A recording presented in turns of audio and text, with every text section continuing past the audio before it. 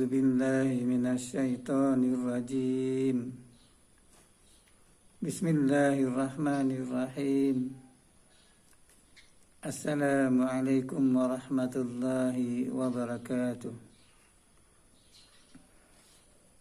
الحمد لله رب العالمين وبه نستعين أشهد أن لا إله إلا الله وحده لا شريك له وأشهد أن محمدا عبده ورسوله اللهم صل وسلم على سيدنا محمد وعلى آله وأصحابه أجمعين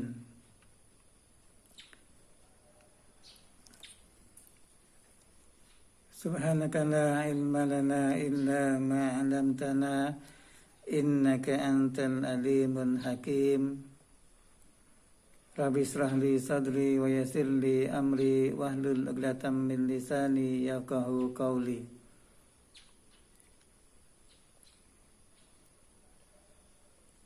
قال رسول الله صلى الله عليه وسلم ثلاث جدهن جد وهزلهن جد النكاح والطلاق والرجعة صدق رسول الله صلى الله عليه وسلم. Alhamdulillah, kita bersyukur pada Allah Subhanahu wa taala. Pada hari ini kita bertemu lagi dalam program kuliah secara online, secara rakaman, menggantikan kuliah secara bersemuka Masjid Sungai Terap, Tanjung Karang, Kuala Selangor pada hari ini Isnin 16 hari bulan Ogos tahun 2021.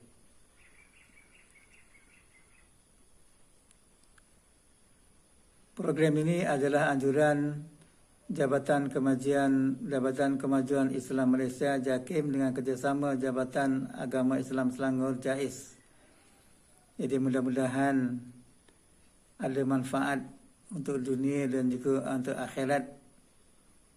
Dan sama-sama kita memperkukuhkan institusi kekeluargaan supaya kehidupan kita ini akan sempurna dunia dan juga akhirat. Apabila kita bertemu dengan Allah Subhanahu wa taala, ada perkara kebaikan yang kita persembahkan kepada Allah Subhanahu wa taala dalam kehidupan kita berkeluarga ketika kita hidup di atas muka bumi ini. Tuan-tuan dan puan-puan para pendengar yang saya muliakan, InsyaAllah pada hari ini kita masih lagi membincangkan tajuk fiqh, iaitu masih lagi dalam tajuk talak.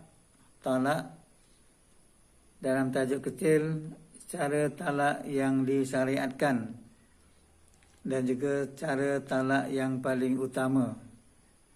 Jadi tuan-tuan para pendengar sekalian dan puan-puan para pendengar sekalian,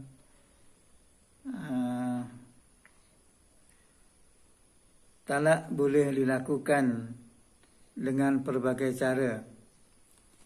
Sebagai contoh, yang pertama,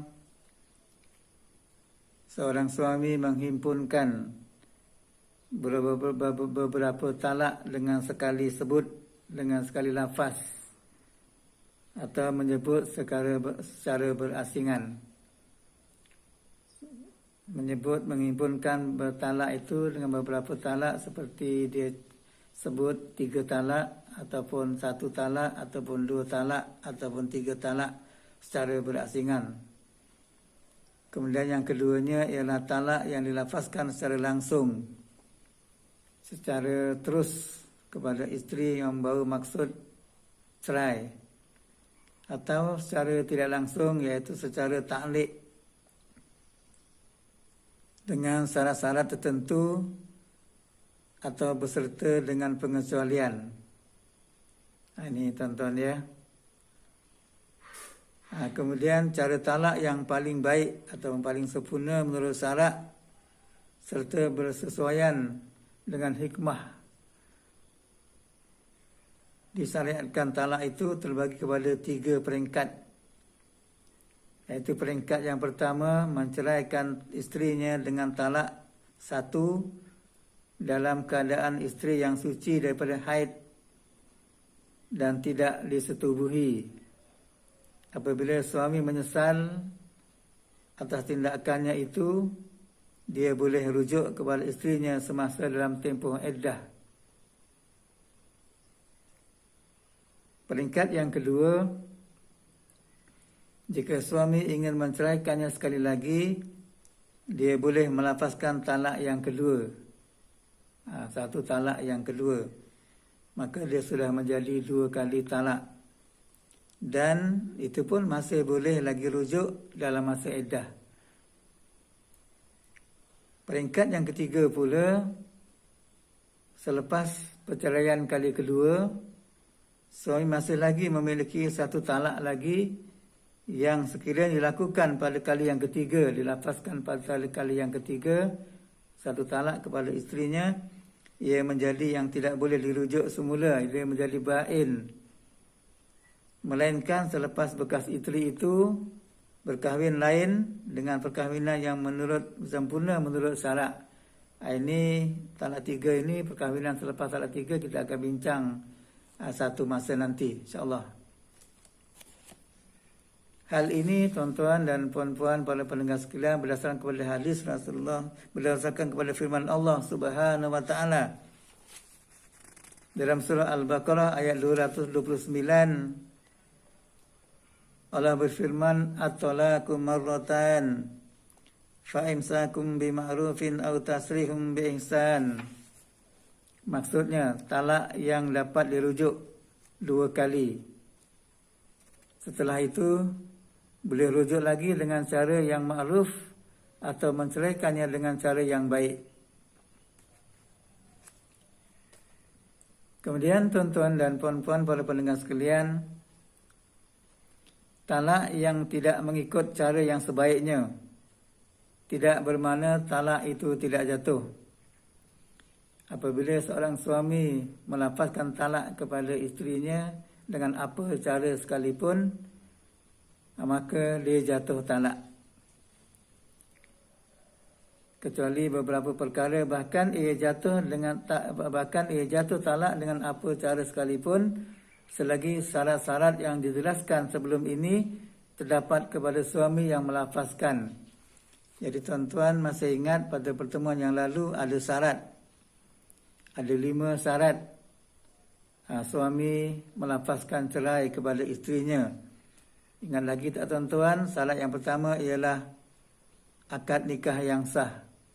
Pernikahan suami isteri itu pernikahan yang sah yang disahkan oleh syarak. Yang keduanya ialah suami sempurna akalnya ketika ia menceraikan isterinya berkenaan. Yang ketiga, tolak orang yang mabuk. Ini ada syarat yang tertentu, kita dah bincang pada pertemuan yang lalu. Yang keempat, suami bebas membuat pilihan. Maknanya ialah suami ini bukan orang yang terpaksa ataupun dipaksa untuk menceraikan isterinya. Dia bebas ikut pilihan sendiri. Kemudian yang kelima, tolak secara bergurau atau bermain-main atau drama, berlakon dan sebagainya.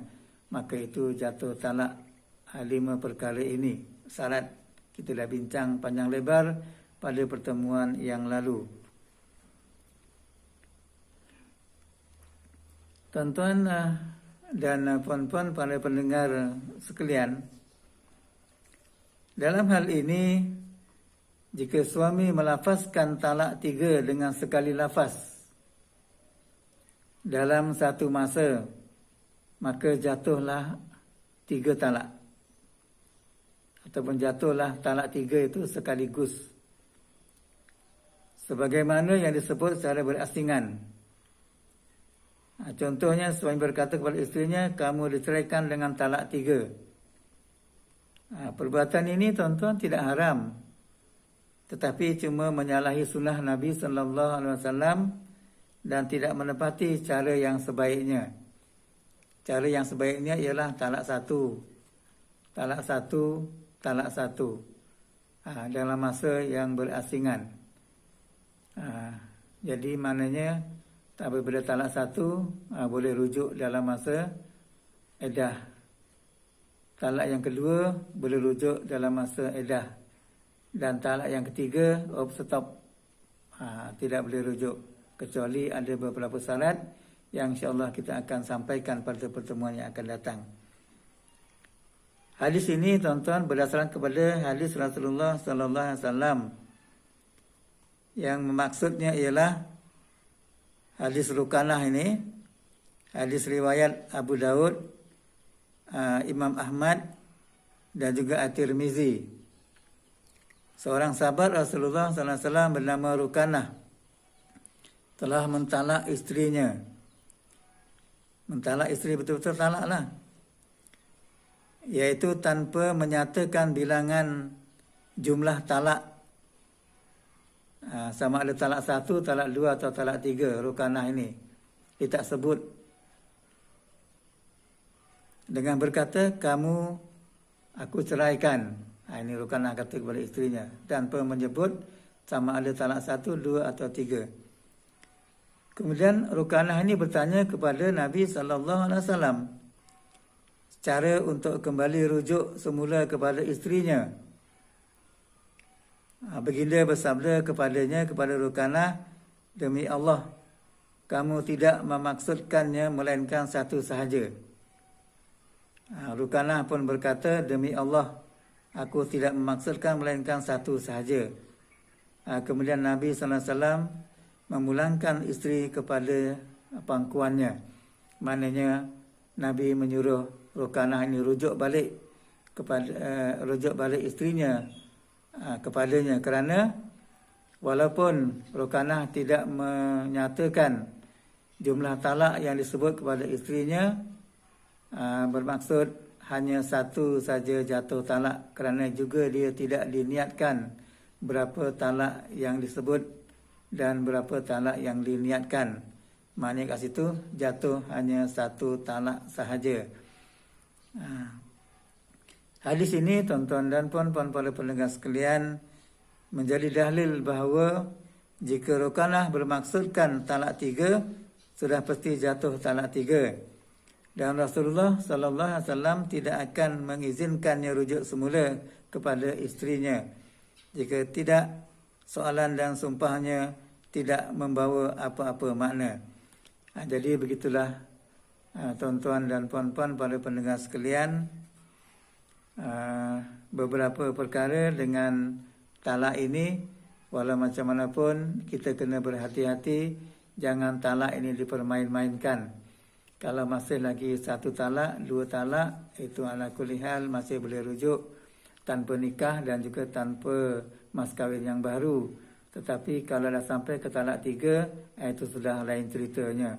Maka jadi tuan-tuan, sama-samalah kita mohon pada Allah Subhanahu Wa Taala, semoga Allah mengekalkan perkahwinan kita ini sehingga ke akhir hayat kita.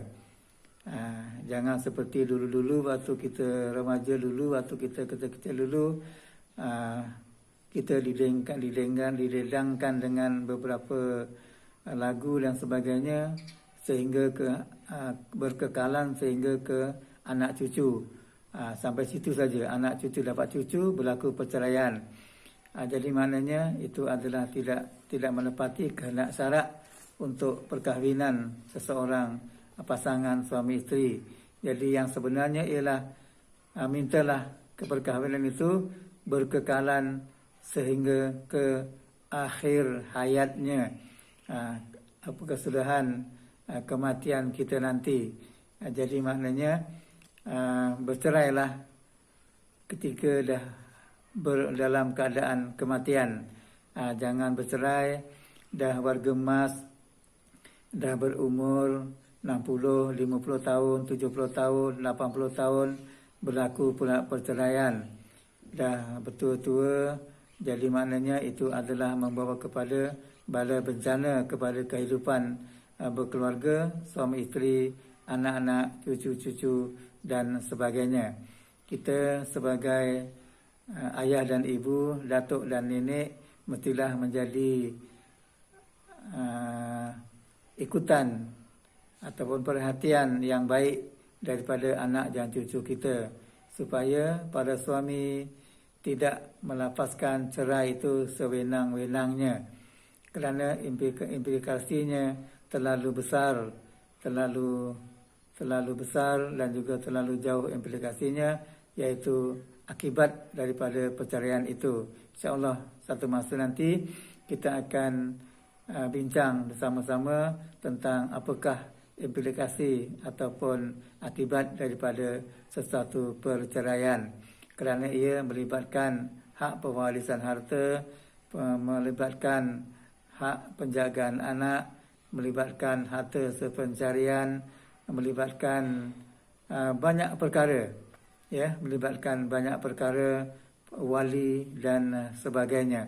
Maka tuan-tuan dan puan-puan para pendengar yang dirahmati Allah Subhanahu Wa Taala, setakat ini saja pada hari ini. InsyaAllah ia akan memberikan manfaat bagi diri saya dan juga tuan-tuan dan puan-puan para pendengar sekalian. Semoga kehidupan kita pada hari ini lebih baik daripada kehidupan semalam dan juga pada masa yang lalu, dan pada masa akan datang lebih baik daripada hari ini. InsyaAllah tuan-tuan, kita mohon pada Allah SWT, semoga kehidupan kita dunia ini akan menjadi mawaddah warahmah. Jadi itu saja tuan-tuan pada hari ini. Saya sudahi dengan wabillahi taufiq wal hidayah. Assalamualaikum warahmatullahi wabarakatuh.